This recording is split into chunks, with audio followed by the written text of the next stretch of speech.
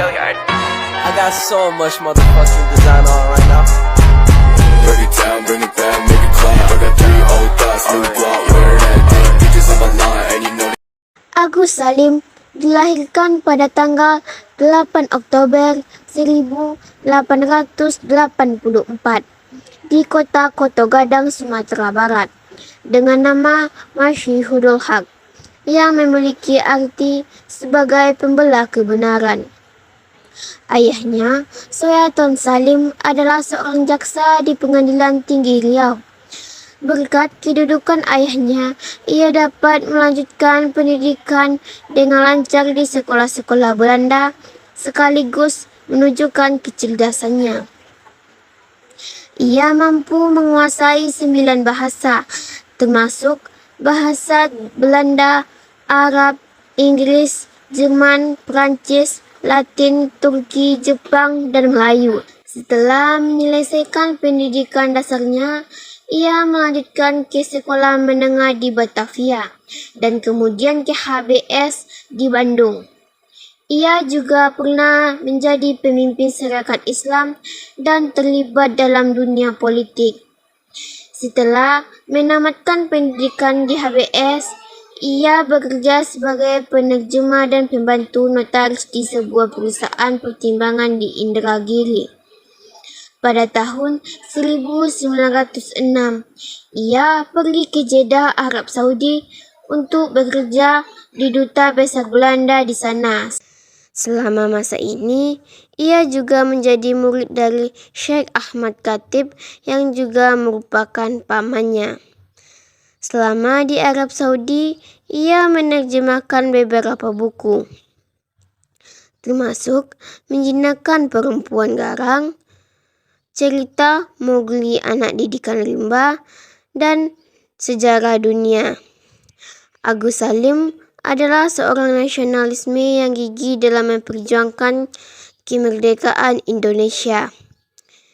Ia ikut berperan dalam menyusun Undang-Undang Dasar 1945 bersama dengan 18 tokoh lainnya di bawah pimpinan Soekarno.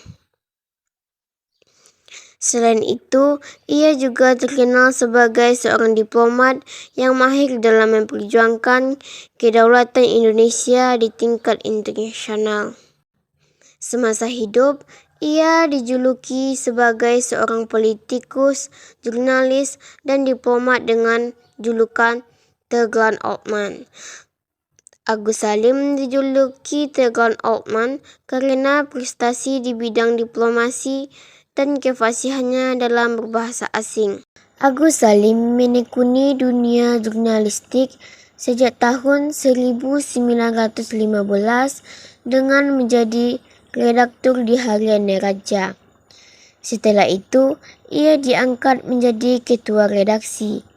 Kegiatannya di bidang jurnalistik terus berlangsung hingga menjadi pemimpin Harian Hindia Baroe di Jakarta. Agus Salim juga mendirikan surat kabar Fajar Asia dan menjadi redaktur di Harian Moestika di Yogyakarta. Selain menjadi tokoh, Agus Salim juga merupakan salah satu pendiri Jong Islamieten Bond. Di sini, dia membuat gerbakan untuk meluluhkan doktrin keagamaan yang kaku.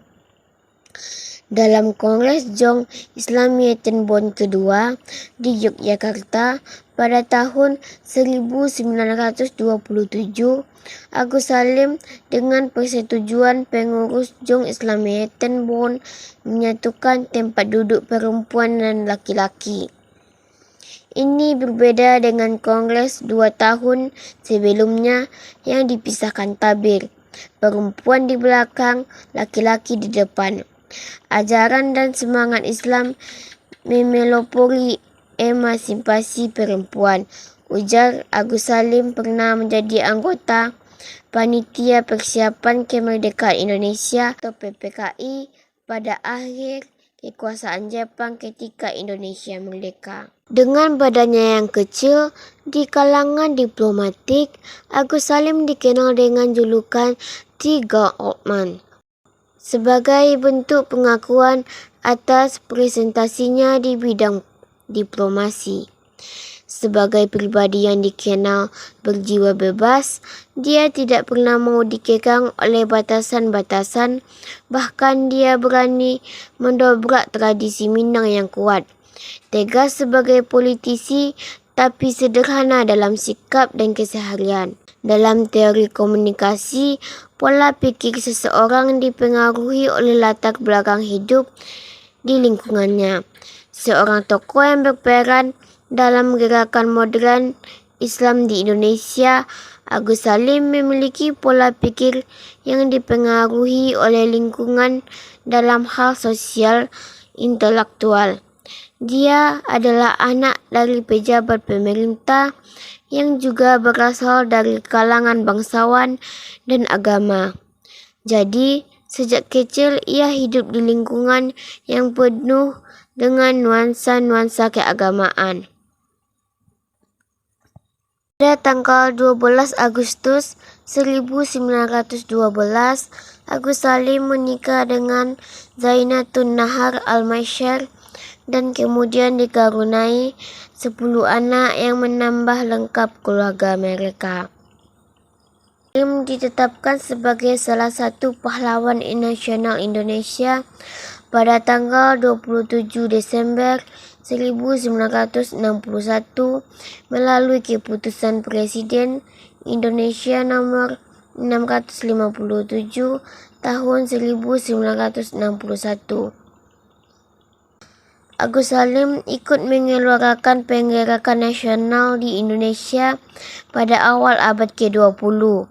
Agus Salim memegang peran vital pada persiapan kemerdekaan Indonesia hingga mengiringi perjuangan memperoleh pengakuan kedaulatan dari Kerajaan Belanda dan dunia internasional atas kemerdekaan Indonesia. Agus Salim wafat pada 4 November 1954 pukul 14:42 di Rumah Sakit Umum Jakarta setelah sakit beberapa hari. Ia dimakamkan keesokan harinya di Taman Makam Nasional Kalibata, Jakarta.